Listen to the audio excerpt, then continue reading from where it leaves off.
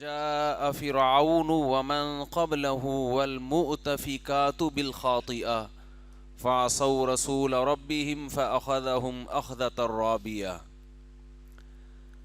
قوم عاد اور قوم سمود کی ہلاکتوں کے واقعات اللہ نے اس صورت میں بیان کیے ہیں۔ ولید کہاں ہے بھائی؟ آواز صحیح نہیں ہے۔ قوم عاد کو اللہ نے تباہ کیا ہوا کے ذریعے، قوم سمود کو آواز کے ذریعے۔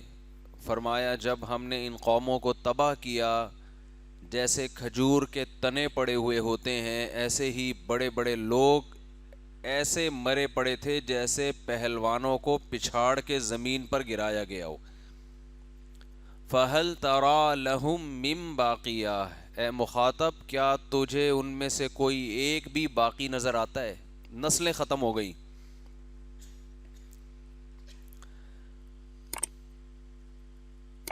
فَهَلْ تَرَى لَهُم مِّن بَاقِيَةٍ وَجَاءَ فِرْعَوْنُ وَمَن قَبْلَهُ وَالْمُؤْتَفِكَاتُ بِالْخَاطِئَةِ۔ اللہ نے فرمایا یہ حال ہم نے صرف قوم عاد اور سمود کا نہیں کیا، فرعون اور بہت سی بستیاں جن کو ہم نے الٹ دیا، زلزلوں میں ہلاک کیا، وہ بھی اللہ کی نافرمان تھیں۔ بالخاطئہ، وہ بھی جرائم کی مرتکب ہوئی تھیں۔ یعنی صرف قوم عاد اور قوم سمود ایسی قوم نہیں ہے جس کو جرم کی وجہ سے ہم نے ہلاک کیا ہو، بلکہ فرعون اور اس کے علاوہ بھی بہت سی بستیاں ایسی ہیں، وجاء جو لائیں الخاطئہ، جرم کو، جنہوں نے جرم کا ارتکاب کیا۔ وہ جرم کیا تھا جس کی وجہ سے اللہ نے ان قوموں کو تباہ و برباد کر دیا؟ فَعَصَوْا رَسُولَ رَبِّهِمْ، رب نے جس کو اپنا نمائندہ بنا کے بھیجا، جن لوگوں کو کہ یہ میرے نمائندے ہیں، یہ میرے سفیر ہیں، یہ میرا پیغام تم تک پہنچائیں گے، انہوں نے ان سفیروں کی بات نہیں مانی۔ فَأَخَذَهُمْ أَخْذَةً رَّابِيَةً، اللہ نے ان کو پکڑا، تھوڑا پکڑنا نہیں بلکہ بہت زور سے پکڑا اللہ نے ان کو، بہت بڑی تباہی میں ڈالا اللہ نے ان کو۔ یہ بات خوب سمجھنے کی ہے۔ آج دنیا میں پیغمبر کی نافرمانی کو جرم نہیں سمجھا جاتا۔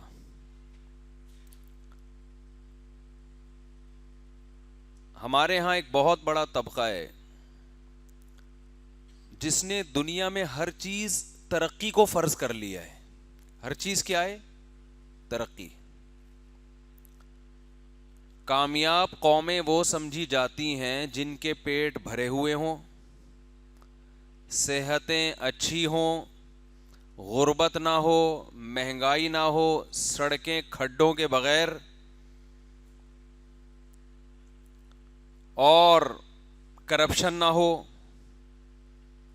انسان انسانوں کے حقوق کا محافظ ہو، گالی گلوچ نہ ہو۔ آپ غیر مسلم کنٹریز میں جب سفر کر کے جاتے ہیں، بہت اچھے اخلاق، بہت اچھا ایٹیٹیوڈ، ایئرپورٹ پہ بہت اچھا ایک نظام ہے، سسٹم ہے، آپ کا بیگ کہیں غائب نہیں ہوگا۔ میں ایک دفعہ سفر کر کے آ رہا تھا، پتہ نہیں آسٹریلیا سے یا کسی کنٹری سے، تو کراچی ایئرپورٹ پہ جب میں اترا تو کوئی کراچی کے صاحب تھے، کئی عرصہ باہر رہے ہیں، تو ایئرپورٹ پہ اترا تو ان کا بیگ ہی غائب، لیگیج میں بیگ ہی نہیں۔ انہوں نے کہا لو بھائی، بہت غضبناک کہ یار پھر پاکستان کو برا بھلا کہنے لگے، اس ملک میں یہی ٹینشن ہے، نظم ہی نہیں ہے، کوئی ڈسپلن نہیں ہے، بربادی ہی بربادی۔ بعض دفعہ ایئرپورٹ پہ آپ کو پڈا بھی نظر آئے گا،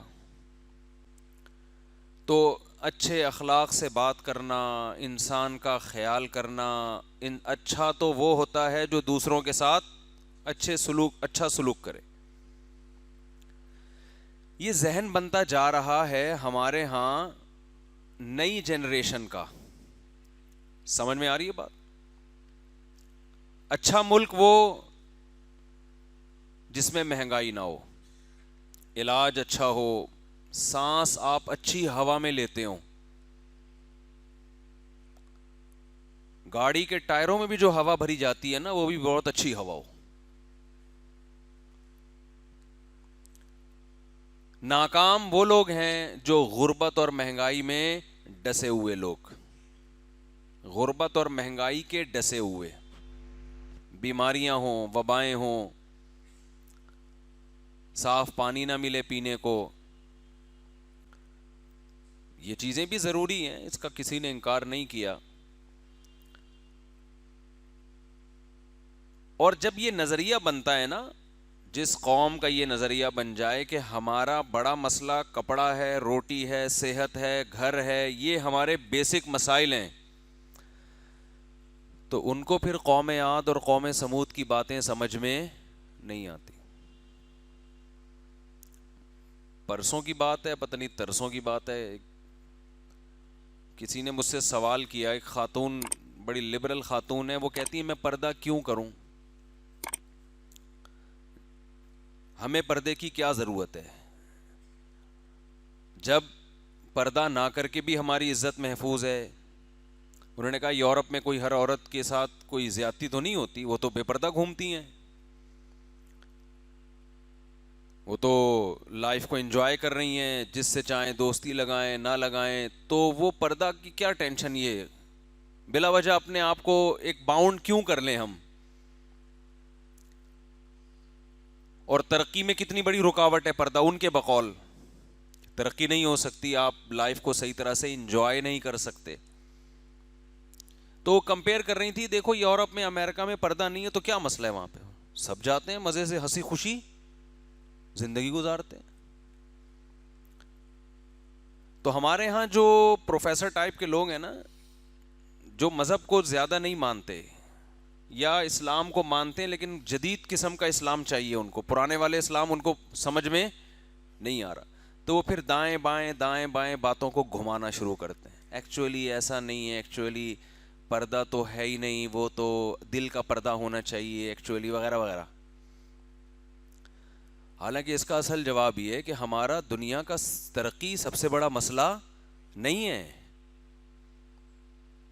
اللہ بار بار کہہ رہا ہے اس دنیا کے لیے میں نے تمہیں پیدا ہی نہیں کیا ہے. یہ بات کھوپڑی میں بیٹھ کیوں نہیں رہی ہے بھائی؟ 2 اور 2 4 کی طرح بات ہے. یہ اللہ نے یہاں کے لیے بنایا نہیں ہم کو. اگر اس دنیا کی ترقی یہ کامیابی کی علامت ہوتی تو قرآن کے بقول فرعون سے زیادہ کامیاب دنیا میں کوئی پیدا نہیں ہوا. پھر قوم عاد اور قوم سمود سے زیادہ کامیاب دنیا میں کوئی پیدا نہیں ہوا. قرآن کہہ رہا ہے کہ یہ جو بڑے بڑے پاورفل طاقتور لوگ تھے، طاقتور کا مطلب کامیاب حکومتیں تھیں نا ان کی. بھائی آپ کہہ سکتے ہیں فرعون نے تو بنی اسرائیل پر اتنا ظلم کیا، وہ اس لیے کیا کہ اس کو خطرہ تھا میری حکومت نہ گرانے کے لیے. اگر اس کو خطرہ نہ ہوتا تو یہ کچھ نہ کرتا. وہ اس کو یہ تھا بھائی یہ پیغمبر اس قوم میں آئے ہیں، ان کا کوئی بھروسہ نہیں ہے، میں لوگوں سے کہتا ہوں میں ہی تمہارا رب ہوں، تو ایسا نہ ہو کل یہ میرے اگینسٹ. کیونکہ ان میں یوسف علیہ السلام بھی آئے اور بھی پیغمبر آئے، وہ تو ساری دنیا جانتی تھی، فرعون بھی جانتا تھا. فرعون کے محل میں جو شخص مسلمان ہوا، جس نے اپنے اسلام کو چھپایا ہوا تھا، تو جو وہ ایک شخص تھا جس نے اپنے ایمان کو چھپایا ہوا تھا.